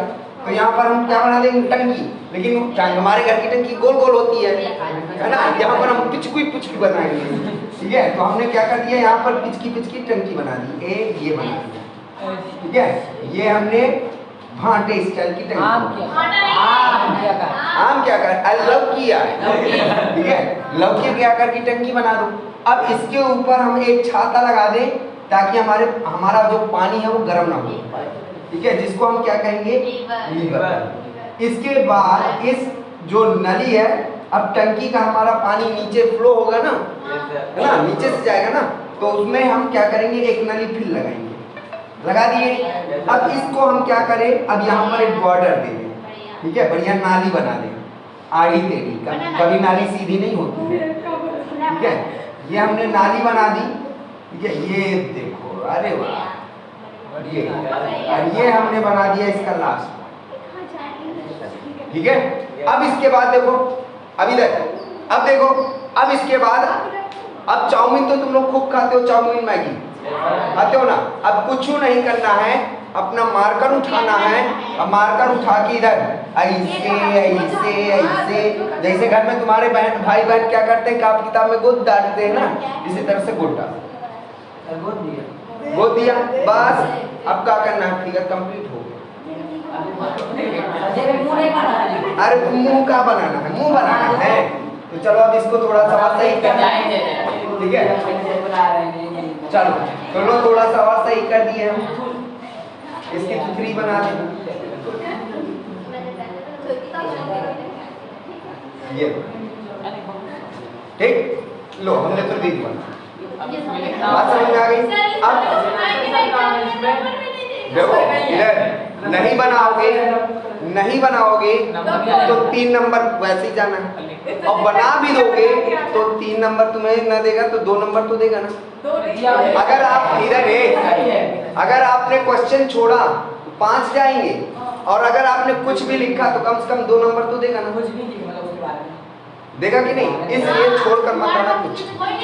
अब देखो पहला पार्ट सुन लो, पहला आता है तुम्हारा कौन सा, दूसरा ग्रसनी, नाम याद रखना, जितने नाम हो उतने ही लिख कर आना, ग्रसनी। तीसरा ग्रासनली, तीसरा अमाशय, ठीक है, ग्रहणी। यकृत का क्या काम है अभी यहाँ पर, पाचन तंत्र का सचित्र वर्णन है करना, ठीक है, ग्लैंड्स का नहीं। उसने ग्लैंड्स का कहा क्या, पाचन तंत्र का सचित्र वर्णन करना। एक क्वेश्चन सुनो, उसने क्या ये कहा क्या, पाचन तंत्र का सचित्र वर्णन करो ग्रंथियों के आधार पर, वो हमने लिखवाई है। इधर ग्रहणी हो गया, ग्रहणी के बाद अब तुम्हारा आएगा क्या, बढ़िया, इसके बाद ये चाउमीन, छोटी आंत, और ये फूला हुआ भाग मलाशय, और अंतिम भाग मलद्वार।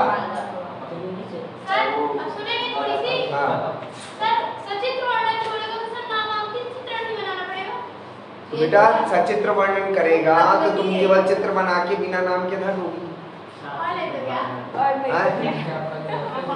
तो बस वो भी तुम्हें चेक करके बिना नंबर की कॉपी दे देंगे। ठीक है। नहीं, जैसे तुम्हारा क्वेश्चन वैसा मेरा आंसर। ठीक, बात समझ में आ गई? अब देखो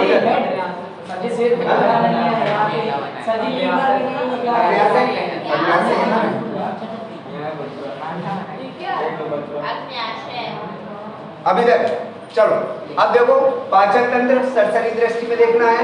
लंबाई चौड़ाई आपके कॉपी में लिखी, यहाँ मैं नहीं बताऊंगा। ठीक है, क्यों नहीं बताऊंगा? ज्यादा ओवर भरने की जरूरत नहीं है। ठीक है, ओवर भरने की जरूरत नहीं है, तुरंत आपको हेडिंग डालना है, लिख के चले जाना है। सबसे पहला आता है मुख। ठीक है, मुख यह हमारे शरीर का सबसे बाहरी भाग होता है, जो हमारे ओष्ठों के द्वारा या हमारे इधर ओष्ठों के द्वारा क्या होता है, बंद रहता है। ठीक है, उसे मुख कहते हैं। मुख जो होता है, मुख गुहा, हमारी मुख गुहा के अंदर निम्न प्रकार के भाग पाए जाते हैं। फर्स्ट नंबर पहला होता है दांत। पहला कौन सा? दांत। जो दांत होते हैं, पूरी अवस्थाओं में हमारी जितनी भी अवस्था होती है हमारी लाइफ प्रोसेस में, 2 बार दांत निकलते हैं। पहला होता है मिल्क टीथ और दूसरा होता है परमानेंट। ठीक है, पहला होता है दुधिया दांत और दूसरा होता है स्थायी दांत। जो दुधिया दांत होते हैं वो तुम्हारे कितने होते हैं? 20 होते हैं। ठीक है, और जो हमारे स्थायी दांत होते हैं वो होते हैं 32 है। ठीक है, एक झापड़ मारा तो 32 ही झाड़ दिया। अगर भूल जाना तो बगल वाले को कहना एक झापड़ मारा तो मुंह से निकल ही आएगा कि 32 ही गिर जाएगी, तो पता चलेगा भैया धन्यवाद तुमने आंसर बता दिया। ठीक है, तो हमारे मुख में कितने दांत होते हैं? 32। ठीक, अब इसका सूत्र अगर हम बात करें सूत्र की, तो सूत्र कितना होता है? 2102। कितना होता है? 2102। अगर इसकी सूत्र की हम बात करें तो कितना होता है? 2123। ठीक है, ये फार्मूला बस याद रखना।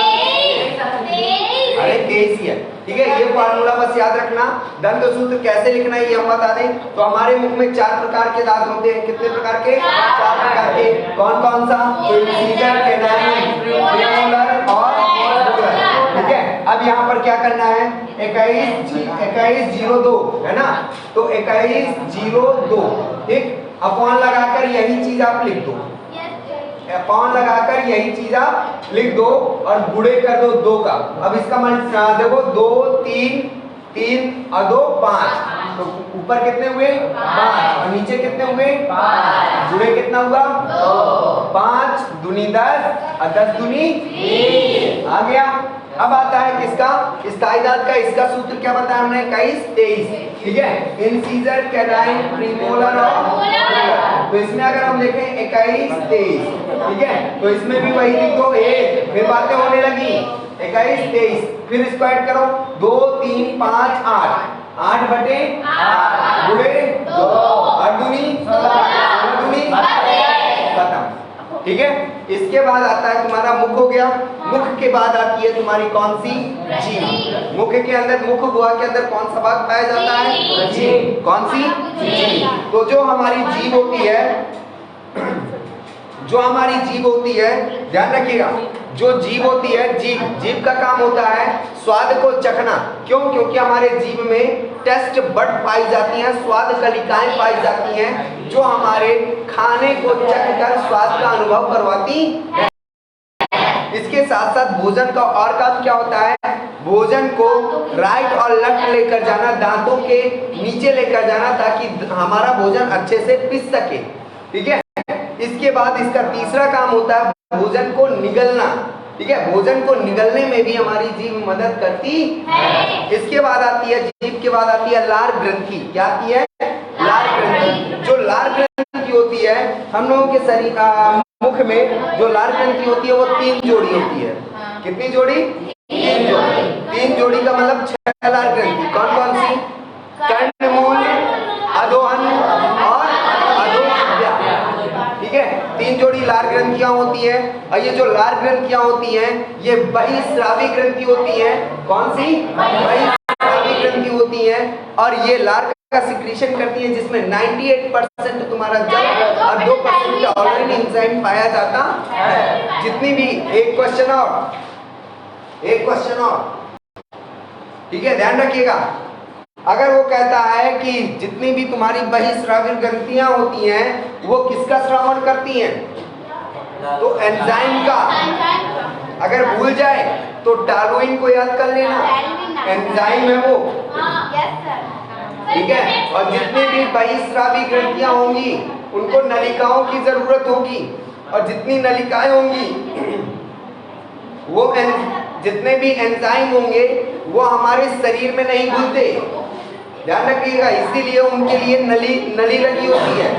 लेकिन जितने अंतःस्रावी ग्रंथियां होंगी वो हार्मोन्स का सिक्रीशन करेंगी, और वो सारी की सारी अंतःस्रावी होंगी, और वो सीधे अपने हार्मोन्स को ब्लड में मिलाएंगी, ठीक है। तो बहिस्रावी ग्रंथि एंजाइम का निर्माण, अंतःस्रावी ग्रंथि हार्मोन्स का निर्माण, क्लियर, ठीक है। इसके बाद आ जाओ इधर, इसके बाद आती है मुख, हो गया पूरा।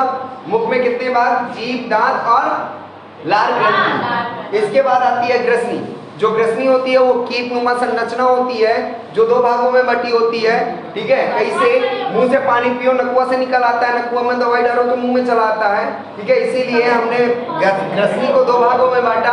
पहला नोजोफेरिंक्स नासाग्रसनी, दूसरा ओरोफेरिंक्स मुख ग्रसनी, ठीक है। और दोनों आकर कहाँ खुलती हैं? एपिग्लॉटिस में आकर खुलती हैं, जो नीचे जाकर किससे मिल जाती है?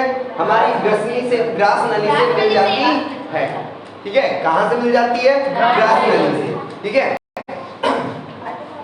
इसके बाद आती है तुम्हारी ग्रास नली, ध्यान रखिएगा, इसको इंग्लिश में बोलते हैं आइसोफेगस। क्या बोलते हैं? आइसोफेगस। अगर बात करें कि इधर ध्यान रखिएगा पाचन कहाँ कहाँ होता है, तो इतना बस याद रखना, शॉर्टकट तरीका बता रहा हूँ। बायोलॉजी में मेरे पास बहुत शॉर्टकट है, बहुत शॉर्टकट। अगर तुम लोगों ने दिमाग में फिट कर लिया तो कभी भी क्वेश्चन गलत नहीं होगा। बहुत शॉर्टकट तरीके हैं। अगर पाचन तुम लोगों को याद करना है, पाचन कहाँ कहाँ होता है, तो बस इतना ध्यान रखना कि हमारे आहार नाल में, ये जो आहार नाल है 9 से 10 मीटर की, ठीक है, ये जो आहार नाल है, इस आहार नाल में भोजन जहां जहां क्षण भर के लिए भी रुकेगा वहां वहां भोजन का पाचन होगा। मुंह में रुका, पाचन होगा। क्या ग्रसनी में रुकी? क्या ग्रास नली में रुकी? लेकिन अमाशय में रुका ना? क्या ग्रहणी में रुकी? नहीं रुकी ना? लेकिन छोटी आंत में रुकी कि नहीं? फिर बड़ी आंत में रुकी कि नहीं, है ना? तो जहां जहां रुकेगा वहां वहां भोजन का पाचन होगा, ठीक है। इसी तरह से आप देखो ग्रास नली में थे, तो ग्रास नली में क्या भोजन रुका? अगर मन ना लग रहा हो तो छोड़े। ग्रास नली में क्या भोजन रुका? नहीं रुका ना? तो भोजन सीधे कहाँ पहुंचा? अमाशय। कहाँ पहुंचा? अमाशय। तो ध्यान रखिएगा ग्रास नली में भोजन का पाचन नहीं होता। यहाँ पर केवल म्यूकस ग्लैंड पाई जाती हैं, श्लेष्मिक ग्रंथियां पाई जाती हैं, जो केवल क्या करती हैं? ग्रास नली को लसलसा बनाती हैं, ताकि भोजन सरकता हुआ कहाँ पहुंच जाए? अमाशय में पहुंच जाए। जो अमाशय होता है वो 3 भागों से मिलकर बना होता है, ठीक है। लेकिन वो भाग नहीं बताएंगे कि कार्डियक, पाइलोरिक, पंडिक और बॉडी होती है, वो हम नहीं बताएंगे, ना तो दिमाग खराब हो जाएगा तुम लोगों का, ठीक है। सीधे याद रखना कि अमाशय जो होता है, अमाशय यहाँ पर भोजन कितने समय तक रहता है? तो ध्यान रखिएगा जो भोजन होता है यहाँ पर 5 से 7 घंटे तक रहता है। कितने घंटे तक? 5 से 7 घंटे। अमाशय में भोजन 5 से 7 घंटे तक रहता है, लेकिन यहाँ पर भोजन का पाचन नहीं होता है। यहाँ पर भोजन का केवल आंशिक पाचन होता है। इसके बाद आंशिक पचा हुआ भोजन हमारा पहुंचता है छोटी आंत में। छोटी आंत लंबाई में तो लंबी होती है, लेकिन चौड़ाई में छोटी होने के कारण इसको छोटी आंत कहते हैं। और छोटी आंत को 3 भागों में बांटा गया है। हमको नहीं पता कि जुजनम, इलियम और नहीं कोलन, रेक्टम और नहीं, हमको डिस्टर्ब हो रहा है। इलियम, जुजनम और डिओडिनम, जुजनम और इलियम, यही है जियोजिनम, डुडेनम और इलियम, ठीक है। ये जो भाग है यहाँ, ये 3 भागों से मिलकर बनी होती है, ठीक है। और इसके बाद यहाँ पर जो जियोजिनम होता है, यहाँ पर हमारे फिंगर लाइक संरचना पाई जाती है, जो हमारे अवशोषण की जो कैपेसिटी होती है उसको बढ़ाता है। जहाँ पर हमारा जो भोजन होता है वो अत्यधिक मात्रा में पचित भी होता है और भोज्य पदार्थों को अवशोषण का भी काम किया जाता है। क्यों? क्योंकि छोटी आंत में अंगुली के जैसी संरचना पाई जाती है जो भोज्य पदार्थों को अवशोषित करती है। इसके बाद हमारा भोजन बचा क्या? अपशिष्ट पदार्थ केवल। क्यों? क्योंकि उनमें से अवशोषित पोषक पदार्थों को अवशोषित कर लिया गया, तो हमारा बचा क्या? केवल वेस्ट पदार्थ, जिसकी अब हमें शरीर की जरूरत नहीं है। लेकिन अभी भी उस अपशिष्ट पदार्थ में जल और कुछ मात्रा में ग्लूकोज प्रेजेंट है, जिसको हम भेज देते हैं कहां पर? बड़ी आंत। बड़ी आंत क्यों होती है? क्योंकि ये लंबाई में छोटी है लेकिन चौड़ाई में क्या होती है? चौड़ी होती है, इसलिए इसको बड़ी आंत कहते हैं। जैसे ही बड़ी आंत होती है तो ये जिगजैग होती है। कैसी होती है? जिगजैग होती है। और जब यहाँ से भोजन जाता है तो यहाँ पर ग्लूकोज और जल का अवशोषण किया जाता है और उसको ब्लड में मिला दिया जाता है और फिर बचता है हमारा क्या?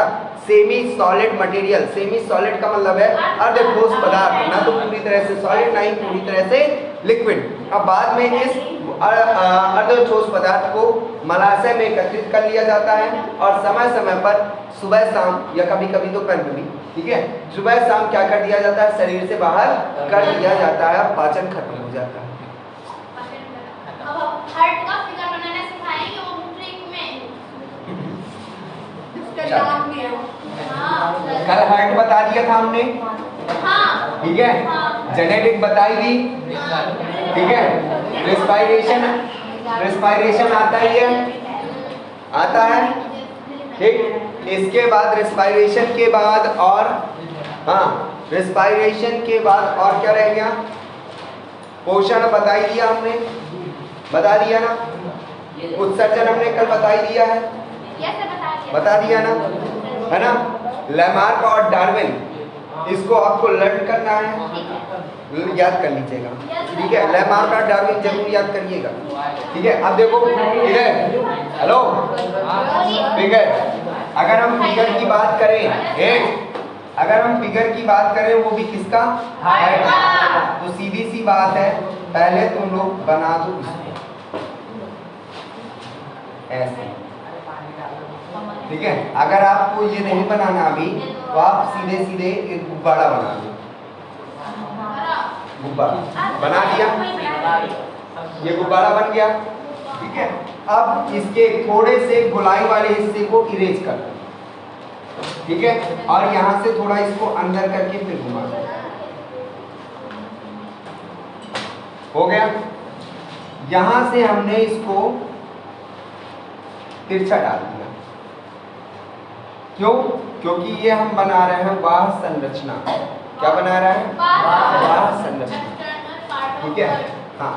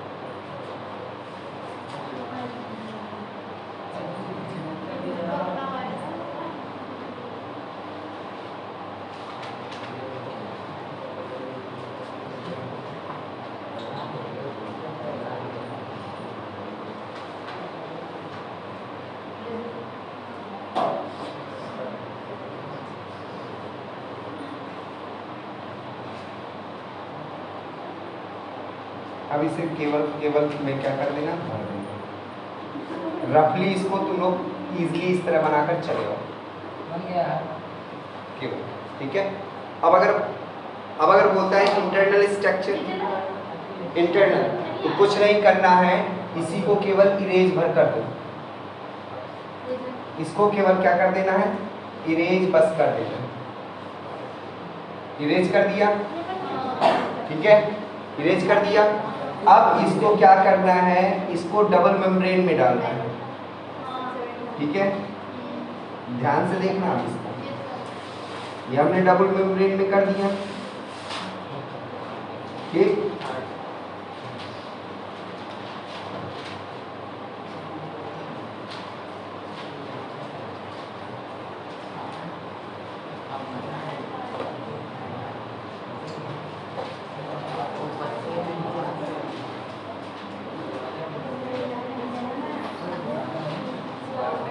इधर देखना, इधर। तो बाद में फिर कहोगे कि सर अभी नहीं है।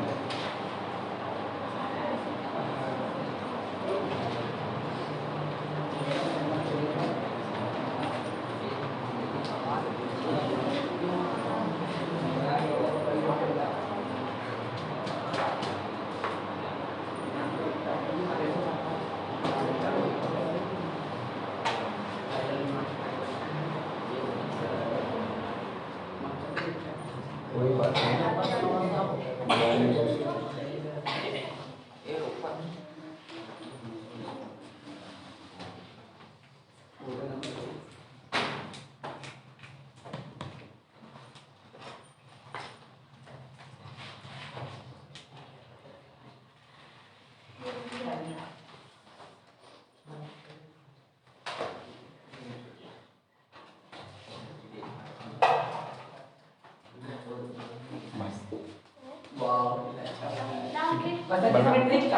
बनाकर चला। अगर ये नहीं बन पा रहा है आप लोगों से, अगर ये नहीं बन पा रहा है इधर, अगर ये नहीं बन पा रहा है तो दूसरा देख लो।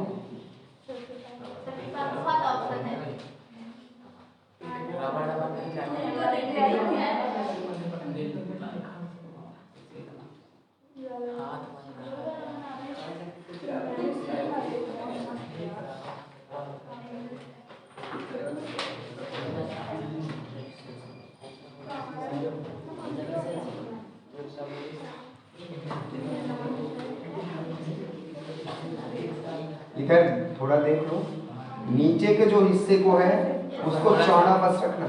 ये हमारा नीचे का हिस्सा बना है निलय, कौन सा?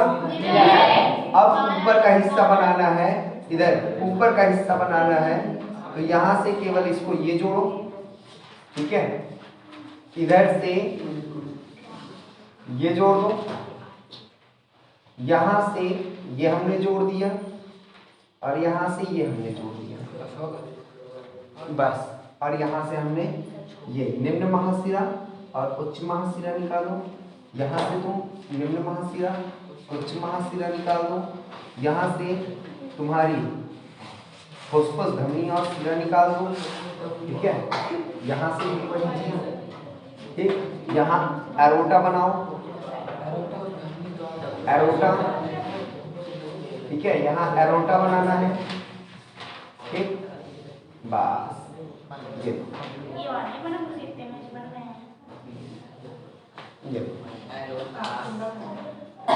वाला लगता है ज्यादा सही बात है, पहले जो अच्छा लगे वो बना। केवल ये ध्यान रखना, दो अलिंद दो निलय, ठीक है? एरोटा, फुस्फुस धमनी, फुस्फुस सिरा और धमनी सिरा, ठीक है? इतना ये तुम्हारा रहेगा। निम्न महाधमनी निम्न महाशिरा, उच्च महाधमनी उच्च महाशिरा, ठीक है? ये बनाना है और कुछ एक। इसके बाद अगर ज्यादा प्रॉब्लम क्रिएट हो रही है तो यहाँ पर तुम्हें क्या करना है, इधर यहाँ से हमारा रुधिर नीचे आया, ठीक है? इसके बाद ये कहाँ गया, कहाँ गया? हमारे वाल्व में गया। वाल्व से अब फुस्फुस धमनी फुस्फुस सिरा, क्योंकि ये राइट भाग है ना, ये राइट है और ये कौन सा है? लेफ्ट। तो ये कहाँ जाएगा? फुस्फुस धमनी और फुस्फुस सिरा। यहाँ से निकाल दो इसको ऐसे, ठीक है? इसके बाद अब ये यहाँ से तीर लगा दो अंदर, ठीक है? क्यों? क्योंकि अब हमारा रुधिर कहाँ से, कहाँ से? फुस्फुस सिरा से। अभी कहाँ से गया था? फुस्फुस धमनी से। अब आएगा फुस्फुस सिरा से। फुस्फुस सिरा से आएगा कहाँ पर? सबसे पहले ये आएगा अलिंद में, अलिंद से निलय में, निलय से ये वाल्व के द्वारा एरोटा में, और एरोटा से कल क्या होगा? हमारे धमनी के द्वारा ये पूरी बॉडी में भेज दिया जाएगा। बस इतना और कर दो, खत्म हो गया। अब देखो एक चीज,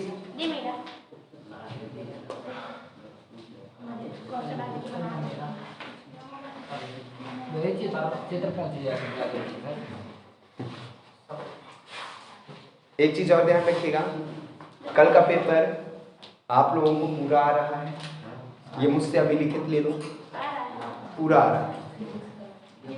पूरा मैं बता रहा हूँ कि कल का पूरा पेपर आपको आ रहा है, हिंदी का आगे जितना कह रहे हैं कल का पूरा पेपर आपको आ रहा है।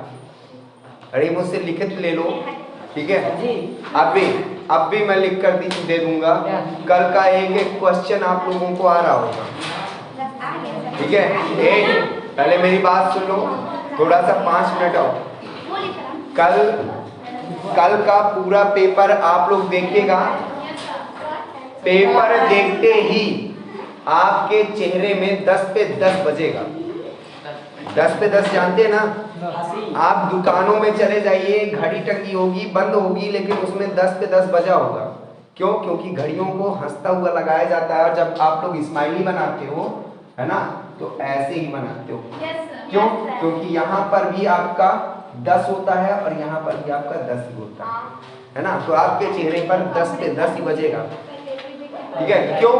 क्योंकि आपको एक एक क्वेश्चन आ रहा होगा। हाँ, मैं एक दो क्वेश्चन की बात नहीं करता, वो भी ऑब्जेक्टिव या तुम्हारे शॉर्ट तो बहुत कम ही छूटेंगे, लॉन्ग, लेकिन ऑब्जेक्टिव में प्रॉब्लम क्रिएट हो वो मैं नहीं कहता। लेकिन 10 पे ये ध्यान रखिएगा कि पूरा पेपर, चाहे वो फिजिक्स हो चाहे वो केमिस्ट्री हो, आपको पूरा आ रहा होगा। क्यों? क्योंकि आप जानते हैं कि मैंने साल भर आप लोगों के साथ मैंने पहले खुद मेहनत की है, इसके बाद मैंने केमिस्ट्री के भी टीचर को बुलाया है, मैंने फिजिक्स के भी टीचर को बुलाया है, स्पेशल आपको 3-3 घंटे की मैंने क्लास भी दिलवाई है, जो अतर्रा के अंदर कोई नहीं करता है, ठीक है। संडे को आप लोगों की क्लास नहीं छोड़ता था, ठीक है। हमेशा आप लोगों के साथ लेबर किया। मैं जानता हूं कि मेरा जो लेबर का फल है वो आप लोगों को कल मिलेगा। तो इस चीज पर ध्यान रखिएगा कि कल का एक क्वेश्चन भी आपसे के सब्जेक्ट से बाहर नहीं होगा, चाहे तरह का कोई भी मास्टर कहे कि आउट ऑफ सिलेबस, लेकिन हमारे बच्चे नहीं कहेंगे कि आउट ऑफ सिलेबस। क्यों? क्योंकि आप जानते हैं कि प्रदीप सोनी हमेशा 100% पढ़ाता है, चाहे सिलेबस में हो या ना हो।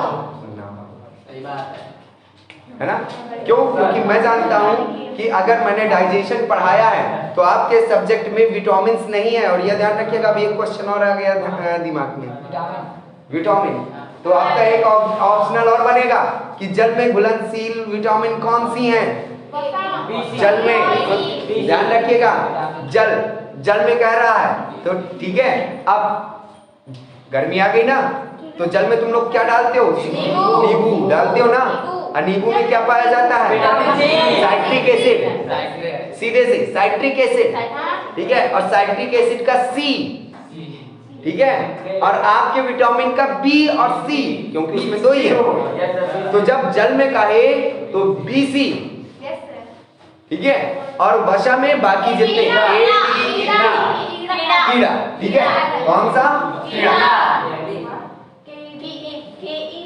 KEDA, ठीक है, कीड़ा। अगर कहे कि भैया ये बताइए कि वसा में घुलनशील कीड़ा, क्योंकि कीड़ों के अंदर वसा ही वसा होती है, इसलिए कीड़ा वसा में, और जल में BC।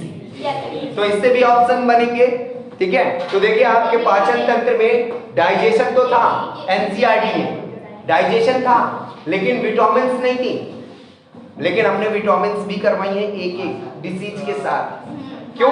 क्योंकि पूछी जा सकती हैं। और एक क्वेश्चन और पूछा जा सकता है कि विटामिन D कहां से प्राप्त होता है? सूर्य प्रकाश से। ध्यान रखिएगा, और वो भी मॉर्निंग टाइम, ठीक है। इसीलिए प्रेग्नेंट जितनी भी लेडीज होती हैं उनसे कहा जाता है कि आप सुबह सुबह घुमा करो। क्यों? क्योंकि उनको विटामिन D प्राप्त होती है। जो फीमेल्स नहीं घूमती हैं उनके बच्चे को एक रोग होता है जिसको पीलिया कहते हैं। क्यों? क्योंकि उसको विटामिन D प्राप्त नहीं हो पाती है। इसीलिए आपको सुबह सुबह मीन्स सुबह सुबह घूमना चाहिए। नहीं, आप लोगों को भी घूमना चाहिए, आप लोगों को भी विटामिन D प्राप्त हो। केवल उनको बनने, हमको भी जरूरत है। हाँ, बिना फालतू, ठीक है। इधर तो एक चीज और, एक दूसरी चीज फिजिक्स में हमने आपको बताया था कि फिजिक्स में पहले दूसरे लेसन के न्यूमेरिकल्स कंप्लीट आने चाहिए, ठीक है। विद्युत के न्यूमेरिकल्स, ठीक है, श्रेणी और समांतर क्रम परफेक्ट आने चाहिए। इसके बाद AC और DC परफेक्ट आने चाहिए। विद्युत मोटर, ठीक है, उसमें कोई फर्क नहीं है। एसीडीसी आ गया तो केवल उसपे वलय का बस काम है, उसको हटाओ, ठीक है। इधर एक अगला, इसके बाद यो यो हनी सिंह आना चाहिए, है ना। क्या फ्लेमिंग के दाएं और बाएं हाथ का नियम, यही तो है ना फ्लेमिंग का दाएं हाथ बाएं हाथ, है ना। यदि हम अपने दाएं और बाएं हाथ की उंगली और मध्यमा तर्जनी को क्रमशः इस प्रकार बनाएंगे एक दूसरे के लंबवत हो, चुंबकीय छेद धारा और बल की दिशा को व्यक्त किया जाता है, तभी हमारा बन जाता है यो यो हनी से, ठीक है। फ्लेमिंग का बाएं और दाएं हाथ का नियम। इसके बाद एक हस्त का नियम, स्क्रू पेंच का नियम, ठीक है। इसके बाद तुम्हारा आ गया क्या, ये हो गया एसीडीसी मोटर, इधर से ये हो गया, और स्नेल का नियम, हाँ स्नेल का नियम इतना, ठीक है। और एक चीज और, एक शॉर्ट आंसर में ये भी आ सकता है कि यदि हम चुंबकीय फ्लक्स में परिवर्तन करें तो क्या होगा, विद्युत वाहक बल उत्पन्न होगा। और अगर ये कहता है कि कुंडली क्षैतिज अवस्था में स्थित है तो इसका मतलब क्या है कि कुंडली अगर क्षैतिज अवस्था में स्थित है तो उसमें किसी भी प्रकार का बल आरोपित नहीं हो रहा है, जिससे उसमें किसी भी प्रकार से चुंबकीय फ्लक्स में परिवर्तन न होने के कारण उसमें बहने वाली धारा का मान 0 होगा, या विद्युत वाहक बल का मान 0 होगा। इतना तुम्हारा, ठीक है, इतना तुम्हारा कहाँ से आएगा, फिजिक्स। क्लियर है। केमिस्ट्री वाले सर ने तुम्हें केमिस्ट्री का बता ही दिया है ना। बस अब आप लोग पेपर देकर आइए और चिल्लाते हुए आइए और पेपर को फाड़ कर आइए, ठीक है। बता दिया, वो सब मेन है जितना मैंने पढ़ाया, ठीक है। दूसरी चीज, कल के लिए और आप सभी के लिए बेस्ट ऑफ लक, ठीक है। अच्छे से पेपर दीजिए।